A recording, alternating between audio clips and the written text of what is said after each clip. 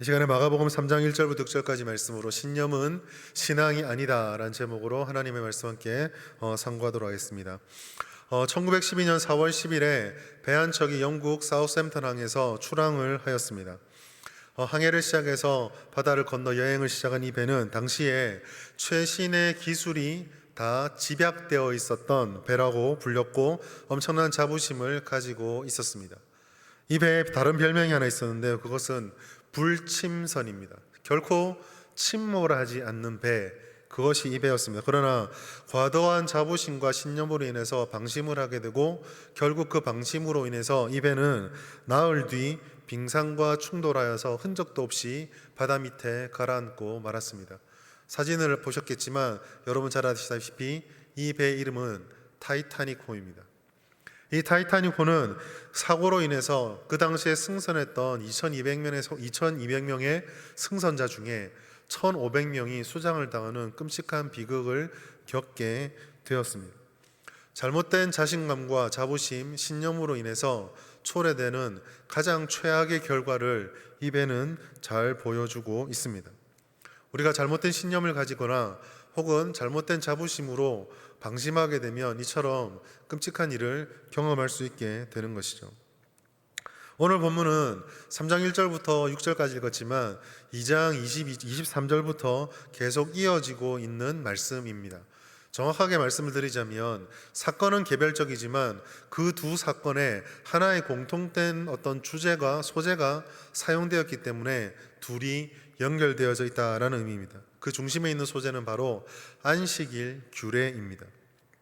오늘 저는 이 중에서 3장 1절부터 6절 말씀을 중심으로 이 규례를 둘러싼 예수님과 바리새인의 갈등을 살펴보고 거기서 주시는 하나님의 은혜, 하나님의 교훈이 무엇인지를 함께 나누어 보고자 합니다. 이 짧은 말씀 속에는 신념인가 신앙인가 라고 하는 이 단순한 질문에 답이 담겨져 있습니다. 오늘 본문은 예수님께서 회당에 들어가셔서 겪게 되었던 사건입니다. 오늘 읽었던 본문 3장 1절 말씀 보시면 예수께서 다시 회당에 들어가셨다라고 말씀하고 있고 2절의 말씀 보시면 사람들이 예수를 고발하려 하여 안식일에라는 말씀을 통해서 이 날이 다른 어떤 날이 아니라 바로 안식일이라는 사실을 우리에게 알려주고 있습니다. 아마 예수님께서는 회당에 안식일에 그 하나님께 제사를 드리고 예배를 드리려고 들어가셨을 것입니다.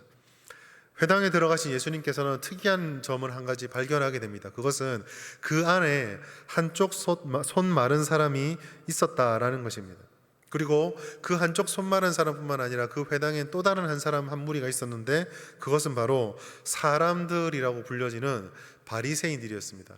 이 사람들이 2절에 있는 이 사람들이라는 이 무리는 그 앞에 있었던 그 본문의 내용들 맥락들을 잘 살펴보시면 바리새인들이라는 사실을 쉽게 발견할 수 있습니다.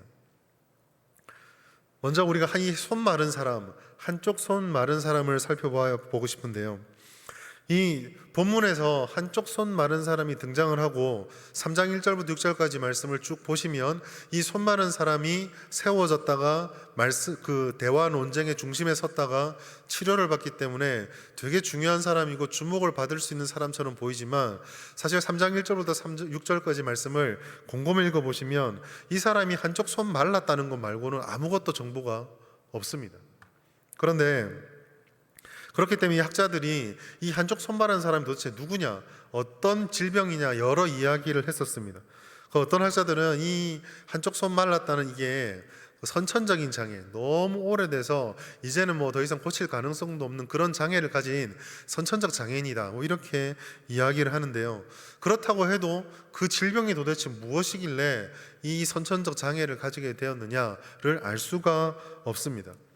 이 사람이 누군가, 이 사람이 겪었던 질병이 무엇인가는 알 수 없는데 적어도 성경의 앞뒤 말씀들 마태복음이나 누가복음에 있는 병행 구조들을 살펴보면 이 사람의 처지는 우리가 짐작할 수 있습니다. 누가복음 6장 6절 보면 이렇게 되어 있습니다. 또 다른 안식일에 예수께서 회당에 들어가사 가르치실세 거기 오른손 마른 사람이 있는지라. 누가복음의 저자인 누가는 이 손 마른 사람이 오른손 마른 사람이다라고 기록을 하고 있습니다. 질병은 무엇인지 모르지만 이 오른손이 말랐다는 것을 통해서 우리는 몇 가지를 좀 생각해 볼 수가 있습니다. 일반적으로 서양 사람들 왼손도 많고 요즘 왼손 쓰는 사람이 많지만 일반적으로 오른손 잡이가 더 많죠. 오른손 잡이가 훨씬 더 보편적이고 또 유대 사회에서 오른편, 오른손이라고 하는 것은 능력과 힘의 상징이었습니다. 그렇다라고 하는 것은 이 사람이 오른손 말랐다는 것을 누가가 직접적으로 이야기를 했다는 것은 이 장애가 굉장히 심각하고 치명적이었다는 것을 알 수가 있습니다. 아마 이 사람이 오른손이 아팠기 때문에 정상적인 노동을 할 수 없었을 것입니다. 노동력이 없는 평민, 그것도 다른 학자들이 이야기하는 것처럼 선천적인 장애로 오른손을 쓰지 못한 사람의 처지가 어떠했을까요? 회당에 들어올 때 잘 차려입고 부티가 잘잘잘 흐르고 그렇게 왔을까요? 아니면 누가 보아도 저 사람은 고생이 저런 고생도 없는 고생을 한 사람이다 라는 모습이었을까요? 아마 제가 짐작하건대 후자 쪽에 훨씬 더 가까웠을 것입니다. 그는 어제도 절망이었고 지금도 절망이고 내일도 딱히 소망이 없는 그런 사람이었습니다. 이 사람 앞에서 이 사람을 예수님도 발견했는데 예수님과 함께 2절에 보면 사람들도 예수를 고발하여 그 자리에서 주시하고 있었다라고 말씀을 하고 있습니다. 왜 예수께서 발견했는데 이 사람들이 그 장면을 주시하였을까요? 이 불쌍한 사람이 안식일에 하나님을 예배하는 그 시간에 치료를 받고 소망이 생기고 미래가 밝아지는 것을 기대했을까요? 그러면 얼마나 좋았겠습니까마는 안타깝게도 오늘 이 본문의 말씀을 보시면 이 사람들이 주목한 이유는 딴 곳에 있습니다. 정확하게 말씀을 드리자면 여기에 왔던 바리새인들은 이 손 마른 사람에게는 관심이 없었습니다. 오직 관심이 있었던 것은 예수님입니다. 그것도 예수님이 기적을 행하셔서 이 사람을 치료하는 선을 행하는가가 아니라 어떻게 하면 저 사람을 소재로 삼아서 예수를 고발할 수 있는 거리를 찾을 수 있을까? 고발할 수 있는 죄목을 찾을 수 있을까? 이것이 이 사람들의 관심사였습니다. 그러면 도대체 예수님이 하는 행동이 무슨 문제가 있길래 고발거리를 찾는 데 주목을 하였을까? 이것은 2장 23절부터 계속 이어져 오는 안식일 논쟁 때문입니다. 2장 23절부터 2장 28절까지 말씀 속의 핵심 사건은 제자들이 밀밭 사이를 지나다가 그 이삭을 잘랐던 그것에 대해서 그 사건 때문에 벌어졌던 논쟁이었습니다. 안식일에 밀밭 사이로 자르는 것, 그것은 이스라엘 사람의 규례로 보았을 때는 안식일에 해서는 안 될 일이었기 때문에 이스라엘 사람들은, 유대인들은, 이 바리새인들은 예수님에게 도대체 당신의 제자들은 어떻게 된 사람들이길래 이 안식일의 규례를 이렇게 허무하게 아무렇지도 않게 어깁니까? 라고 논쟁이 붙었던 것이죠. 그러나 그렇다고 하더라도 이 본문의 말씀, 손 마른 사람을 바라보면서 예수님을 고발할 거리를 찾는 이 장면은요, 엄청나게 충격적입니다. 왜 그렇습니까? 보통 일반적으로 상식적인 사람이라면 힘들고 아프고 고통받는 사람이 눈앞에 있으면 첫 번째로 그 사람을 바라보며 그 사람의 아픔이나 그 사람을 향한 측은지심이 조금이라도 생기기에 마련입니다. 더군다나 오늘 이 시간은, 이 사람들이 일이 벌어지는 이 시간은 하나님의 영광과 사랑을 노래하고 예배하는 안식일의 예배 초소입니다. 하나님의 자녀가 하나님의 위로를 받고 하나님의 은혜를 누리고 하나님 영광 돌리는 그 예배 자리에 나왔는데 이렇게 아픈 사람이 있다. 하나님의 백성이 하나님의 은혜 받는 자리에서 고통받고 있다. 그렇다면 첫 번째 관심사는 어떻게 하면 이 아픈 사람을 도와줄 수 있을까? 병을 못 고쳐주더라도 한 끼 음식이라도 어떻게 해결할 수 있는 어떤 방법이 없을까?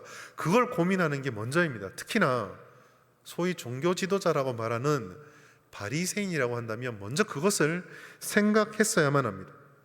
그들이 그렇게 중요하게 생각하는 말씀, 구약의 말씀대로라면 시편 41편 1편에 있는 1절에 있는 말씀처럼 가난한 자를 보살피는 자에게 복이 있으며 라는 그 말씀대로 가난한 자, 어려운 자를 보살피는 것이 먼저였다라는 것이죠. 이 사람 오른손이 말랐기 때문에 이 사람이 앞으로 내일의 삶이 어떨지는 너무 자명했습니다. 지금 여기서 먹을 걸 주더라도 내일 이 사람은 또 일을 못합니다. 금방 떨어지면 여전히 힘들어지는 것이죠. 만약에 누군가가 아니면 예배 중에 하나님의 성령의 임재가 임하셔서 그 사람의 손이 치료되는 역사가 일어난다면 놀라운 기적이자 그 자리에 예배에 참석했던 그 회당에 큰 기쁨이 넘쳐나게 되는 것입니다. 그러나 지금 어떻습니까? 바리새인들은 이와 같은 기대감은 눈꽃만큼도 없습니다. 찾지도 못하겠습니다. 오직 하나밖에 없습니다. 고치기만 해봐. 내가 너를 고발할 거야.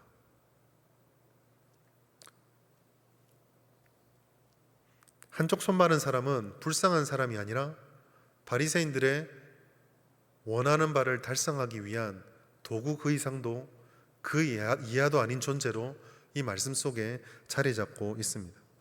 여러분, 우린 여기서 종교 지도자이자 영적인 리더들이라고 말하는 바리새인들이 이처럼 하나님의 뜻 그리고 하나님의 마음을 담아서 한 영혼을 보지 못하고 있다는 사실에 큰 충격을 받아야 합니다. 이것은 정말 무서운 일입니다.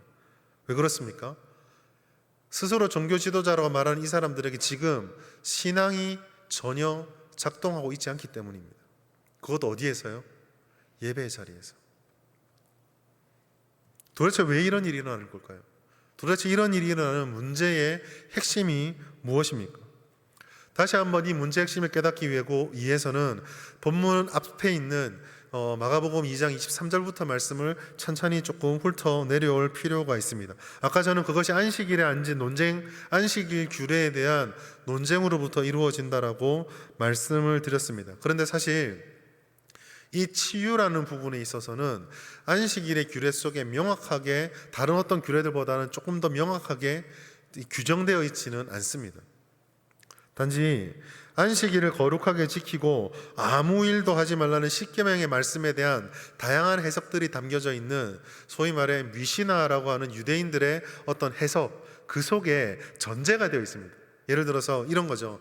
안식일에 아무 일도 하지 말라고 했기 때문에 거기서 파생되어지는 여러 가지 행동들 중에 이 치료하는 것도 포함이 되어져 있는 겁니다. 그러니까 암묵적으로 전제가 되어 있는 것이죠. 그런데 그럼에도 불구하고 이 미시나에 한 가지 예외 규정이 있었습니다. 그것이 뭐냐면 안식일에라도 꼭 치료가 필요한 경우, 예를 들어 지금 막 아기가 나온다거나 지금 치료해주지 않으면 이 사람의 생명이 위독하거나 이런 경우에는 치료가 가능하나 그것이 아니라면 안식일이 우선되어진다는 이런 규정들이 있었습니다. 이런 규정들은 그 마카비 사서 마카비서를 통해서 도출된 것인데요. 시간이 지금 여의치 않기 때문에 다 설명을 못 드리지만 안식일에 전쟁이 벌어지면 어떻게 할 거냐, 안식일인데 라고 했을 때 거기서 민족의 위기가 다가왔으니까 전쟁을 할 수 있다는 이런 규례를 통해서 그러면 생명을 위급한 질병도 치료할 수 있다, 이런 해석들이 나와 있습니다. 그렇게 파생이 되어서 이해되어지고 있었습니다.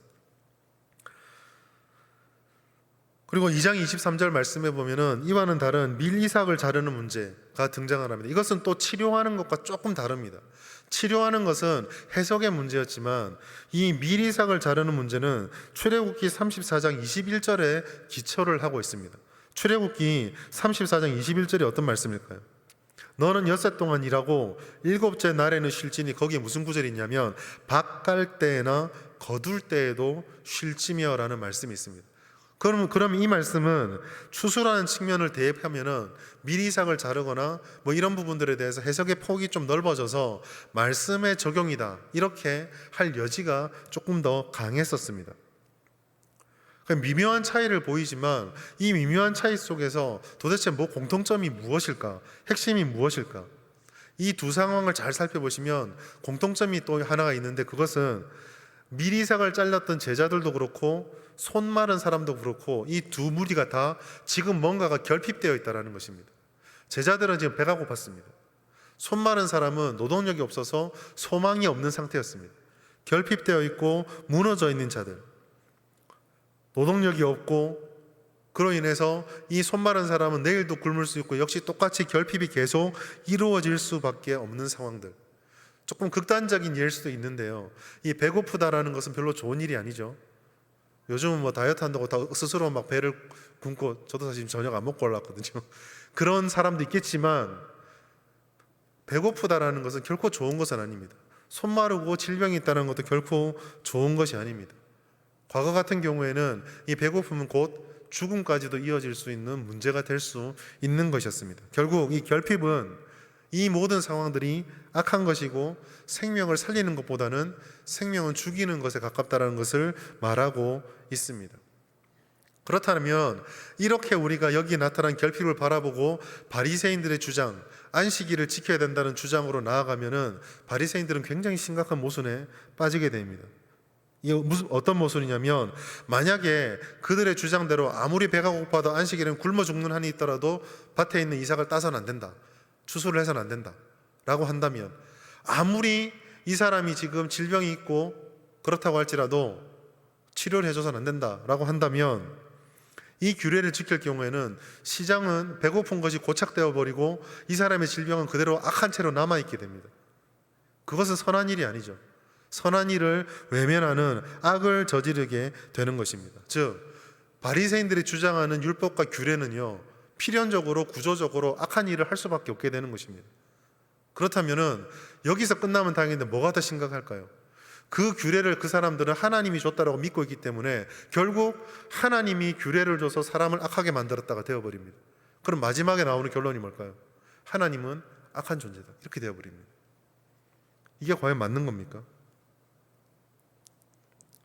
예수님께서는 이러한 구조, 이러한 지금 바리새인의 이래가 잘못됐다는 것을 질문을 통해서 명확하게 드러냈었습니다. 마가복음 3장 4절 말씀 같이 한번 읽어보겠습니다. 마가복음 3장 4절입니다. 시작. 그들에게 이르시되 안식일에 선을 행하는 것과 악을 행하는 것, 생명을 구하는 것과 죽이는 것 어느 것이 옳으냐 하시니 그들이 잠잠하거늘. 지금 예수님께서 그 손 마른 사람들을 앞에 두고 조용히 쳐다보고 있는 사람들을 향해서 질문을 던집니다. 안식일에 선을 행하는 것과 악을 행하는 것, 생명을 구하는 것과 죽이는 것 중에 어느 것이 옳으냐라고 물었습니다. 윤리적인 행동처럼 보이지만 우리가 예수님의 전체 사역을 놓고 보시면 이 질문을 대하면은 답이 너무나 명확합니다. 이 질문의 요점이 무엇입니까? 예수님이 왜 이 땅에 오셨고, 예수님이 이 땅에 오심으로 복음이 이 땅에 선포됨으로 일어난 역사가 무엇인지 핵심이 여기에 담겨 있습니다. 복음은 무엇입니까? 복음은 선을 행하는 것입니다.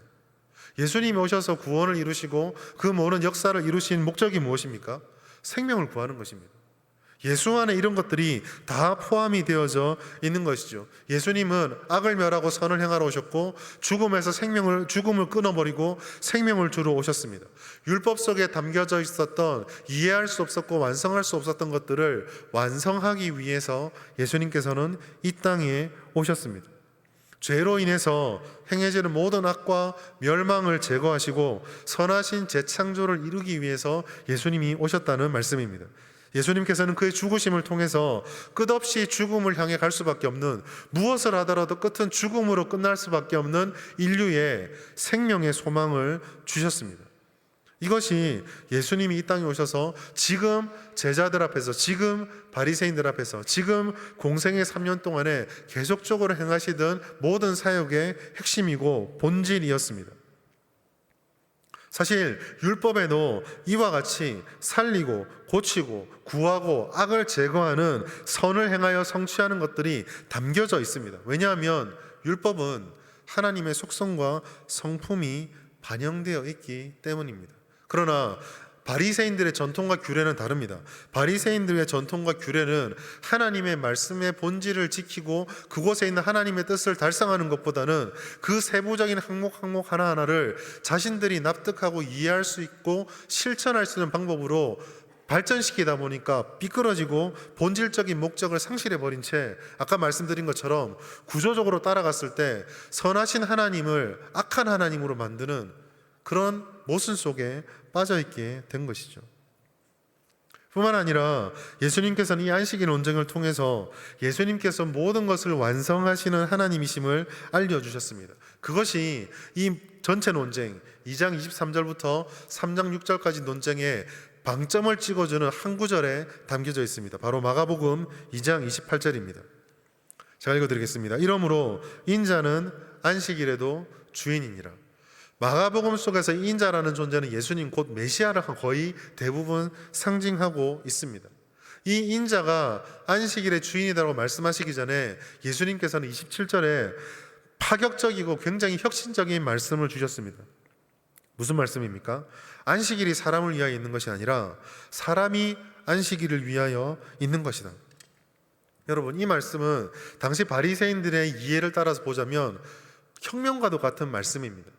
바리새인들의 모든 관념은 하나님의 거룩함을 위해서 어떻게든지 안식일을 사람들의 편의는 다 사장시켜버리고 오직 하나님의 규례만 지키는 데 집중이 되어져 있었습니다. 그런데 예수님의 지금 이 말씀은 안식일의 규례를 지킨다는 것이 사람에 위해서 안식일이 존재한다라는 이 역발상으로 모든 것을 뒤집어 놓고 있는 것입니다. 그리고 그것을 설명하기 위해서 예를 든 것이 다윗이었습니다. 다윗이 사울로부터 도망쳐 갈 때에 제사장만 먹을 수 있는 진설병을 먹는 사건을 거론했던 것입니다. 그런데 여러분, 이 말씀은 사실 간단한 말씀처럼 보이지만 사실 이해를 잘못하면 좀 굉장히 어려운 말씀이기도 합니다. 이 말씀의 지금 핵심은 율법을 가볍게 어겨도 된다거나 안식일, 우리식으로 말하면 주일 성수를 그저 우리의 편의에 맞춰서 하면 된다라는 것을 말씀하는 것이 아닙니다. 이 이 말씀 속의 핵심은 무엇을 하느냐, 하지 않느냐는 행동에 관심이 없습니다. 이 말씀의 핵심은, 초점은 누구냐, 이 안식일을 어기는 자, 규례를 어기는 사람, 너희가 말한 이 규례를 어긴다고 말한 이 본질 속에 담겨있는 행위의 주체가 누구냐, 이게 핵심이거든요. 예수님께서 예를 들었던 다윗은 이스라엘 사람들이 왕 중의 왕이요 완벽한 모델로 삼고 있었던 바로 그 왕이었습니다. 그러나 아무리 위대하다 할지라도 다윗은 일개 사람에 불과하죠. 그런데 하나님의 기름 받은 왕 중의 왕이란 이유로 제사장 외에 누구도 먹을 수 없는 진설병을 다윗이 먹었습니다. 예수님의 논지 핵심은 이것입니다. 그렇다면 한낱 아무리 뛰어난 왕이라 할지라도 사람인 다윗이 율법을 어기고 진설병을 먹었는데 메시아인 나는 어떨 것 같으냐? 그것이 27절에 안식일의 주인이 사람이라는 것과 인자가 안식일의 주인이다라는 것, 권위가 하나님께 있고 이 안식일과 규례 속에 담겨져 있는 미완된 부분들을 완성하고 성취하러 온 예수가 지금 너희 눈앞에 있다, 이것을 전해주는 것이 지금 예수님의 논쟁의 핵심인 것입니다. 예수님은 율법을 폐하시는 분이 아니라 성취하는 분이십니다. 마태복음 5장 17절에 보면 이렇게 말씀하셨습니다. 내가 율법이나 선지자를 폐하러 온 줄로 생각하지 말라. 폐하러 온 것이 아니요 뭐라고요? 완전하게 하려 합니다. 성취하러 오신 예수님입니다. 즉 예수님을 따라가는 것은 실패하거나 버리거나 외면하거나 폐기하는 것이 아니라 아직까지 내가 무슨 뜻인지도 모르고 따라오고 심지어 지금 오용하고 왜곡시켜놨던 모든 것들을 바로잡아서 성취하시는 분이다라는 것을 예수님께서는 말씀해주고 있는 것입니다. 사랑하는 여러분, 우리는 이 예수님의 말씀을 통해서 무엇이 중요한지에 대해서 우리의 시각을, 관점을 바꿀 필요가 있습니다. 바리새인들은 지금 예수님을 눈앞에 보고 이 놀라운 일들, 지금 우리는 안식일에 손 마른 사람들을 고치는 것만 보고 있지만 그 이전에 있었던 수많은 논쟁들과 예수님의 모든 공생애들, 특별히 멀리까지 안 보더라도 2장을 시작할 때 중풍병자를 고치시는 그런 기적들을 행해 오시는 예수님을 바리새인들은 직접 보고 있습니다. 기적을 보고 있습니다. 그러나 그들은 하나님이 주신 율법의 말씀의 본질적인 의미를 깨닫지 못했고 그 하나님 속의 속성들과 하나님의 뜻을 온전히 누리지 못했습니다. 예수님 당시 이들에게 있었던 것은 하나님의 뜻이 아니라 이것이야말로 하나님의 뜻이고 다른 예외는 있을 수 없으며 우리가 만들어 놓았던 이 규례와 전통이야말로 우리가 지키는 이것이야말로 바로 그것, 하나님의 것이다 라는 자기들의 신념 속에 꽉 사로잡혀 있었습니다. 극단적으로 말해서 그들에겐 신념이 있었을 뿐입니다. 우리가 흔히 얘기하고 있었던 유대인들의 선민사상, 그들의 신앙의 대상은 하나님이 아니라 당연히 이래야만 한다라는 자기들의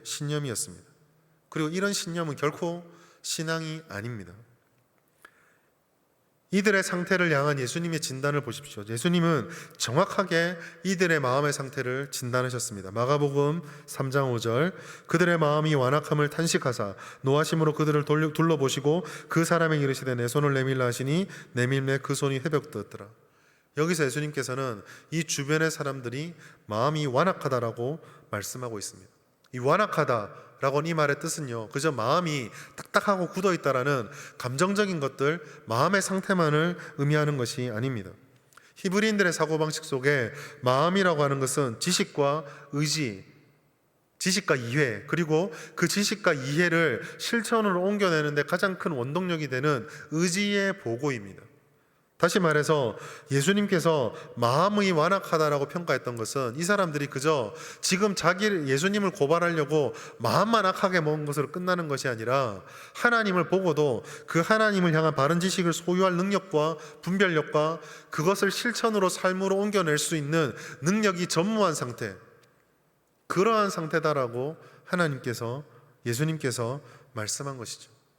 그리고 이처럼 주님을 아는 지식이 우리의 생각을 바꾸고 우리의 바뀐 생각이 우리 마음속에 성령이 부으신 의지와 결합해서 행동으로 나타날 때 이 모든 일련의 과정을 한 단어로 표현하는 것이 바로 신앙입니다. 바리새인들은 지금 신앙이 없습니다. 이와 같은 상태에 빠지는 것을 우리는 결코 가볍게 생각해서는 안 됩니다. 타이타닉호가 침몰했던 것처럼 영적 어둠과 완악함은 엄청난 비극을 우리에게 가져옵니다. 먼저는 하나님의 뜻에 대해서 무감각해집니다. 지금 바리새인들이 가장 잘 보여주고 있지 않습니까? 지금 바리새인들은 예수님이 하시려고 하는 선한 행위의 의미들, 병자를 고치고 말씀을 선포하고 바리새인들의 논쟁에 예를 들어서 비유를 들어서 설명해주는 이 모든 것들이 그 의미가 무엇인지를 전혀 깨닫지 못하고 있습니다. 손 마른 사람 아픔도 전혀 깨닫지 못합니다. 지금 그들에게는 예수님을 고발하는 게 우선입니다. 그러니까 손 마른 사람의 필요를 공감하기보다는 맨날 아팠으니까 지금 조금 더 미뤄도 되겠네, 급한 일도 아닌데 안식일 굳이 치료해 줄 필요 있나, 지금은 저 예수를 없애는 게 더 중요해, 거기에 완전히 사로잡혀 있는 것이죠. 자신들의 목적, 자신들이 정해놓은 우선순위에 따라 상황의 급박함에 따라서 모든 상황을 자기 중심으로 해석하는 이와 같은 경박하고 일방적인 이해는 전혀 올바르지 않고 신앙적이지도 않습니다. 그들의 이러한 경박한 이해는 하나님의 말씀에 대한 무지함으로 증명되어집니다. 잠언 3장 27절 28절 말씀 우리 같이 한번 읽어보겠습니다. 시작. 내 손이 선을 베풀 힘이 있거든 마땅히 받을 자에게 베풀기를 아끼지 말며 내게 있거든 이웃에게 이르기를 갔다가 다시 오라 내일 주겠노라 하지 말며. 잠언의 이 말씀의 의미가 무엇입니까? 다른 사람의 아픔이나 힘듦이 있을 때에 내 주관에 따라서 내 중심에 둬서 내일로, 모레로 미루지 말고 그 사람의 지금 필요에 즉각적으로 반응하라는 것입니다. 선은 미루지 말고 깨달아지는 대로 바로바로 행하라는 것이죠. 그러나 바리새인들은 그렇게 구약의 하나님을 따르고 구약에 있는 율법들을 할라카를 통해 613개의 계명으로까지 만들어서 다 안다라고 말하면서 그 말씀을 어기고 있습니다. 심지어 이들은 자신들이 어떤 악을 행하는지도 전혀 못 깨닫고 있습니다.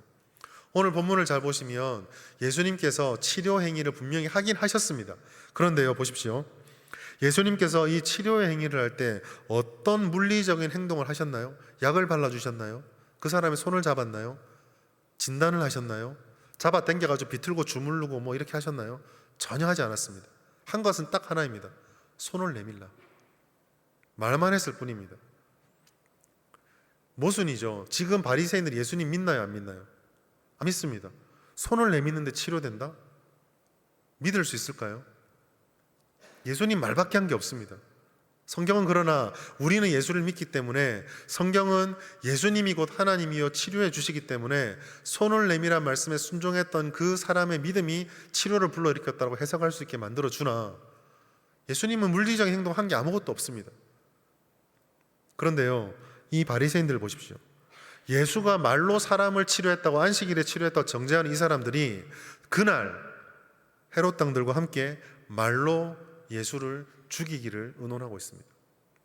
말로 사람을 살려도 정죄를 받는데 말로 사람을 죽이려고 계획하면 얼마나 큰 정죄를 받을까요? 그런데 이 바리새인들은 지금 자신들이 뭘 하는지 모릅니다.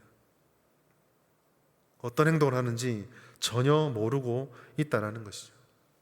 사랑하는 여러분, 신념을 소유하는 건 너무 중요합니다. 그러나 그 신념은 바른 신념이어야 합니다. 바른 신념이라고 하는 것은 바른 대상을 따라서 바른 기초에 입각한 체계가 되었을 때에 그것을 바른 신념이라고 말합니다. 그리고 이것이 하나님이라고 하는, 말씀이라고 하는 바른 대상과 바른 기준에 따라서 우리 안에 신념과 가치 체계로 자리 잡으면 그것은 우리가 믿고 따라도 되는 신앙의 초석이 되는 것입니다. 예수님께서는 지금 이 땅에 말씀으로 오셔서, 로고스로 오셔서 말씀을 선포하시고 복음을 이루시고 하늘로 가셨고 우리 가운데 성령을 보내셔서 그 말씀을 지금도 깨닫게 하시고 우리를 끊임없이 그 말씀 속에 적용케 하십니다. 신앙은 바로 이 하나님을 대상으로 세워진 성경적인 신념입니다. 바리새인들에게 이것이 없었고 우리가 추구해야 되는 것은 바로 이와 같은 신념이 되어야 하는 것이죠. 그렇다면 우리는 이런 질문을 던질 수가 있습니다. 특출난 종교적인 열심을 보였던 바리새인들이 신념 때문에 이렇게 무너졌다면 우리는 어떻게 하면 동일한 실수에 빠지지 않고 바른 신앙을 가질 수 있을까? 첫 번째로, 바른 신앙을 가지기 위해서는 신적 권위를 인정해야 합니다. 우리는 늘 우리 안에 있는 내적 권위가 아니라, 내적 선호도가 아니라 신적인 권위, 우리 밖에서 우리에게 선포되어지고 우리에게 들려져지고 우리들에게 보여지는 그 권위, 하나님 중심에 늘 우리의 신앙의 초점을 맞추어야 합니다. 사실 이 말은 너무 많이 들어서 우리에게 이미 익숙하고 흔한 말이 되었습니다. 그러나 우리는 진지하게 우리의 삶과 현대 교회들을 잘 살펴보아야만 합니다. 정말 이 신적인 권위를 우리가 정말 인정하고 이 땅의 교회들이 하나님의 권위와 하나님의 말씀에 모든 것을 바쳐서 그것을 최우선으로 살아가고 있는지, 말은 있고 구호는 있지만 실제적인 삶이 우리 가운데 있는지를 돌아보아야 한다는 것이죠. 우리가 옳다고 하는 신념이 때로는 말씀의 자리를 대신하고 우리가 생각하는 목표, 말, 행동, 우리가 가지고 있는 그 이유들이 우리의 하나님의 뜻과 부합된다라고 우리 스스로 믿고 있는 그 착각에 빠져 있을 때가 많이 있습니다. 그럼 이런 착각에 빠지지 않게 해서 우리가 가까이 할 수 있는 신적 권위가 무엇이 있을까요? 특별한 능력을 가지고 있는 어떤 사람의 말을 잘 청종하면 그러한 권위를 가지게 될까요? 사람들의 말에 귀 기울이는 것도, 여러 사람들의 좋은 지혜를 얻는 것도 물론 참고나 권면이 될 수 있을지 모르겠지만 신적인 권위는 결코 사람에게 있지 않습니다. 우리에게 있는 사람의 권위, 우리에게 있는 신적인 권위, 그 근본은 하나님의 말씀에 있습니다. 하나님의 말씀이야말로 우리가 가질 수 있는 가장 완벽한 최종 권위입니다.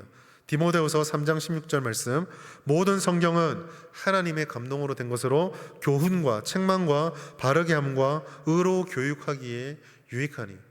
하나님의 말씀을 통해서 우리는 하나님의 뜻이 무엇인지를 먼저 배웁니다. 교훈입니다. 그리고 하나님의 말씀의 교훈을 따라서 우리가 얼마나 삐뚤어지고 얼마나 멀어져 있는지를 지적받고 가르침을 받게 됩니다. 책망입니다.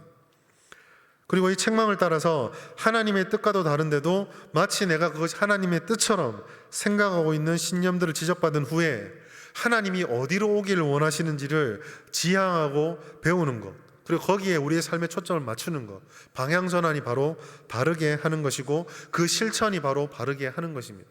그리고 이것은 한 번으로 끝나는 것이 아니라 지속적으로 반복함으로 우리 가운데 교육이 되어져야 하는 것입니다. 교훈과 책망과 바르게 함과 의로 교육하는 것. 이 말씀 앞에 우리의 신앙의 초석을 세울 때에 우리는 신념이 아니라 하나님 말씀에 기준한 신적 권위에 부합하는 신앙을 가질 수 있게 되는 것입니다. 두 번째로, 우리가 참 신앙을 가지기 위해서는 우리의 관점과 모든 것을 전환하여야 합니다.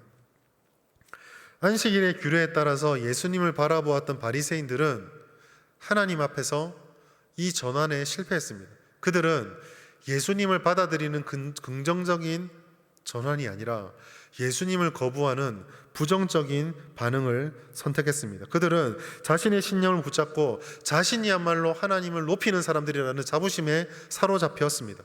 그들의 신앙의 배가 점점 침몰하고 있음에도 깨닫지 못했습니다. 결국 그들은 그들의 손으로 그들이 그토록 갈망했던 메시아를 십자가에 못 박았습니다. 우리는 이러한 바리새인들과 반대로 행동해야 됩니다. 하나님의 말씀이 우리들에게 다가옵니다. 그 말씀이 들려질 때 때로는 꿀송이보다 단 말씀으로 다가오나 어떨 때는 지독하게 쓴 아픔으로 우리의 가슴을 쓰라리게 충동해 올 때가 있습니다. 그럴 때 우리는 그 말씀을 배쳐가는 것이 아니라 오히려 꿀송이보다 더 단 말씀보다 우리의 입과 우리의 심령을 쓰게 하는 그 말씀을 붙잡고 철저하게 모든 영역에서 하나님에게로 방향을 전환해야 됩니다. 사랑하는 성도 여러분, 기억하십시오. 우리의 삶의 방식과 말씀이 충돌해서 끊임없이 우리를 보고 틀렸다고 할 때, 우리가 뭔가 아니다라고 지적할 때 틀린 것은 말씀이 아니라 언제나 우리입니다. 바꿔야 할 것은 말씀이 아니라 우리가 바뀌어야 합니다. 그리고 이러한 바뀜은 부분적일 수 없습니다. 유대인들의 예를 들어보겠습니다. 아까 잠시 언급을 했는데요, 유대인들의 교령이 미시나라고 아까 말씀드렸는데, 이 미시나는 6부로 구성되어 있고 이 6부는 각 부마다 63개의 논문으로 구성이 되어져 있습니다. 어마어마한 규칙들이 들어있겠죠. 그리고 또한 하나의 교령집이 있는데 할라카라는 것이 있는데, 이 할라카는 유대인의 성경법 613가지의 계명과 거기에 따르는 도덕적인 법칙, 법률, 관습들이 총망라되어 있습니다. 바리새인들이 말하는 전통과 규례라는 것은 이런 것들의 집합체입니다. 그러면 이렇게 많은 것들로 사람의 삶에 적용시키면은 어떻게 될까요? 사람의 삶에 빠져나올 구멍이 있을까요? 없겠죠. 이 어마어마한 분량은 모든 사람의 삶의 모든 영역을 다 아우르고 있습니다. 이것을 역으로 뒤집으면 하나님의 말씀의 기준에 따라 우리에게 충동해 올 때, 우리에게 충돌해 올 때 우리의 인식의 전환, 사고의 전환이라고 하는 것은 부분적일 수 없다는 걸 의미하는 것입니다. 우리가 하나님의 말씀 앞에 나갈 때는 우리의 전 존재를 걸고 하나님 앞에 나아가야 합니다. 예수님께서 우리를 구원하실 때 십자가 위에서 너무 아프니까 오른팔만 맞박힐게 하지 않고 몸을 다 들이셨던 것처럼, 우리도 그 복음 앞에 우리의 완악한 마음, 죄악된 심령들이 충돌하게 되면 우리의 전 존재를 걸고 삶의 방향, 시각의 방향 바꾸고, 시각의 전환, 생각의 변화가 수반되어져야만 한다는 것이죠. 우리에게 미신은 없고 우리에게 한락은 없지만 그 못지않은 세상의 가치관과 세계관들이 우리를 꽉 메우고 있습니다. 그 세계관과 가치관들을 가볍게 보지 마십시오. 하나님 앞에 오늘 이 자리에 예배 드리신 여러분들, 수요예배도 오고 금요기도 오시고 새벽기도 오신 여러분들은 조금 다를지 모르겠지만, 대부분의 성도들이 일주일에 1시간 하나님께 자기 스스로를 노출시키고 하나님의 지배, 말씀 속에 지배당할 거라는 것은 착각입니다. 우리가 지배받고 있는 것은 세상의 가르침들이 훨씬 더 많기 때문에 그 말씀 앞에 충돌하고 그 말씀 앞에 우리의 인식을 전환시키려면 웬만한 각오로 되지 않습니다. 모든 것을 다 걸어야 합니다. 성화라는 것은 그런 것입니다. 성화라고 하는 것은 우리를 죽음에서 생명으로, 죄에서 의롭다라고 말씀해 주셨던 칭의에 따라오는 것이기 때문에, 성화는 옛사람의 것에 한쪽 발을 걸어놓고 이것을 버리지 못한 채 조금씩 바꿔갈 수 있는 게 아닙니다. 단계에 따라서 진보의 발걸음들은 층층이 쌓여갈지 모르겠지만 결국 그러한 모든 방향 전환은 일시에 나타나야 한다는 것이죠. 우리는 우리의 삶을 주님 주신 은혜에 반응하고 성령의 은혜에 따라서 하나부터 10까지 다 바꾸어 가야만 합니다. 주님을 닮아가는 것입니다. 말을 바꾸고 행동을 바꾸고 상황에 따른 반응을 바꾸고 삶의 목표를 바꾸고 그것을 이루기 위한 방식과 도구 삼는 방식도 바꾸고 가치관도 바꾸고 모든 것을 다 하나님 중심으로 바꿔가야만 하는 것입니다. 이와 같은 결심을 가장 잘 보여줬던 것이 바로 삭개오입니다. 누가복음 19장 8절 말씀 우리 같이 한번 읽도록 하겠습니다. 시작. 삭개오가 서서 주께 여짜오되 주여 보시옵소서, 내 소유의 절반을 가난한 자들에게 주겠사오며 만일 누구의 것을 속여 빼앗은 일이 있으면 네 갑절이나 갚겠나이다. 아멘. 삭개오는 예수님을 만났습니다. 그러고 그가 예수님을 만나고 나서 가치가 변했습니다. 삶의 목적이 변했고 자신을 기쁘게 하는 것이 변했습니다. 돈과 세속적인 만족에서 구세주 예수 그리스도와 함께하는 이 기쁨이 삶의 목적으로 바뀌었습니다. 삭개오를 통해서 우리가 배울 수 있는 놀라운 점은 그 마음과 생각과 가치가 바뀌는 것으로 끝나지 않았다는 것이죠. 거기서 어디까지 나갑니까? 돈의 중심이 되었던 가치관이 하나님 중심으로 바뀌니까 돈으로 움켜쥐고 있던 손을 놓아서 돈을 풀어버렸습니다. 4배를 갚고 사람들에게 나누고 그토록 자기의 모든 존재처럼 여겼던 물질을 다 내려놓았던 것이죠. 이것이 바로 모든 것을 전환해왔을 때 나타나는 삶의 변화입니다. 은혜를 받으면 은혜에 반응하고 은혜에 따르는 삶으로 살아가는 것. 우리가 이렇게 되어야 합니다. 우리가 이렇게 될 때 신적 권위에 우리 자신을 충돌시키고 그 신적 권위에 따라서 우리의 모든 인식과 삶의 전환을 일으킬 때 우리는 비로소 바리새인들의 신념의 함정에 빠지지 않고 하나님이 기뻐하시는 신앙의 찬란한 영광의 길로 들어갈 수 있게 되는 것입니다. 사랑하는 여러분, 신념이 신앙이라고 착각하지 말고 그 함정에 빠지지 맙시다. 어려움에 빠진 사람을 보고도 자신의 목적만을 생각했던 바리새인들을 잘 기억하십시오. 그들은 종교인이었지만 신앙인은 아니었고 하나님의 자녀의 모습을 보여주지 않았습니다. 우리는 예수 그리스도를 영접한 그리스도인이 되었고 교회로 이 자리에 모여 있습니다. 그리스도인은 하나님의 말씀을 따라 모든 것을 내어놓고 모든 변화를 쫓아가며 추종하는 사람들입니다. 우리는 날마다 주님의 말씀에 그 권위에 우리 자신의 생각과 모든 것들을 다 비추어 보아야 합니다. 우리는 신앙을 가져야 합니다. 신앙이 있다고 생각하면 할수록 더욱더 크고 깊고 넓고 진실된 신앙을 가지기를 힘써야 합니다. 신앙은 우리를 만족시키는 것이 아닙니다. 신앙은 우리를 완성시키는 것이 아닙니다.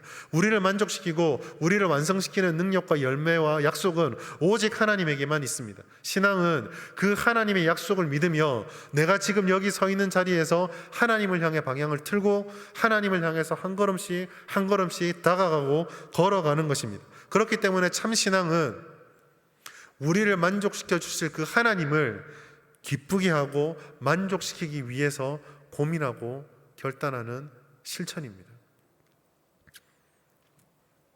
우리가 그런 길을 걸어갈 때에 주님이 약속해 주셨던 그 진정한 만족과 평안을 얻게 되는 것입니다. 오늘 이 자리에 계신 우리 모든 성도 여러분, 그리고 영상으로 예배드리는 모든 성도 여러분이 하나님이 기뻐하지 않은 신념을 발견하시고 그 신념을 주의 말씀에 비추어 다 내려놓은 채 하나님의 말씀에 기초한 참 신앙의 소유자가 되시기를 축복합니다. 그래야 해서 그 신앙을 통해 전환된 우리의 삶이 더욱더 하나님께 가까이 나가고 하나님의 큰 은혜를 누림으로 말미암아 최종적인 만족의 삶을 누리는 그 약속의 주인공이 되시는 우리 모든 성도님 될 수 있기를 주님의 이름으로 축복합니다.